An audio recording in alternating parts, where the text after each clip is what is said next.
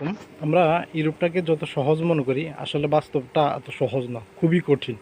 যারা এই অনেক কিছু না জেনে না বুঝে মানে এজেন্সির খপ্পরে পরে ইউরোপে চলে আসেন, তো তাদের জন্য একটা ছোট্ট প্রতিবেদন বলা যায়, অথবা বলতে পারেন একটা ভাই তার দুঃখের কথাগুলো কমেন্টস করছেন, তো সেটাই আপনাদেরকে পড়ি শোনায়, আপনারা শুনবেন একটু মনোযোগ দিয়ে। ভাই আসসালামু আলাইকুম, সবাই কেমন আছেন? আশা করি ভালো আছেন। অনেক আশা নিয়ে ইউরোপে আসছিলাম, কিন্তু এখন মনে হচ্ছে ইউরোপে আসাই আমার জীবনে চরম ভুল ছিল। ভুল যখন করেছি তার সাজাও ভোগ করতে হবে। আজ 5 মাস হয়েছে ইউরোপে আসছি, বাংলাদেশ থেকে টাকা এনে খাচ্ছি পর্তুগালে। দালাল আর মালিক কাউকে খুঁজে পাচ্ছি না, আর ইউরোপে আমার কেউ নেই। এখন স্পেনে শুনলাম 2 বছরে বৈধতা দিচ্ছে, তাই স্পেনে যেতে যাচ্ছি। মাঝে মাঝে মনে হয় গলায় দড়ি ঝুলিয়ে ফাঁসি দিতে, কিন্তু সাহস পাচ্ছি না। কোনো ভাই একটা রুম বা একটা কাজের ব্যবস্থা করে দিতেন, তাহলে অনেক উপকার হতো। যদি এগ্রিকালচারের কাজ হয় তাও আমার সমস্যা নেই, আমি ফ্যামিলিটাকে নিয়ে একটু বাঁচতে পারবো।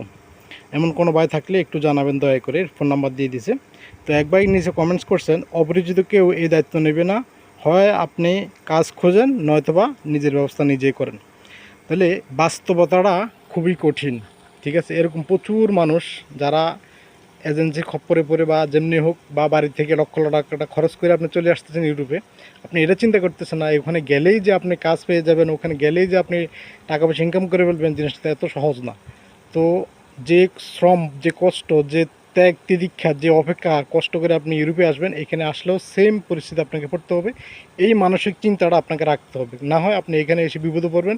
এরকম প্রচুর লোক বিপদে পড়তেছে, আত্মহত্যা করতেছে, কিন্তু কিচ্ছু করা থাকবে না। এখানে কেউ কারো খোঁজও নেয় না। আপনি একবেলা না খাই মরে যাবেন, আপনাকে খোঁজ নেবে না। এই চরম সত্যটা, এই চরম বাস্তবতাটা বুঝতে হবে। সুতরাং কাজ শিখে আসার চেষ্টা করবেন, ভালো কিছু করতে পারবেন।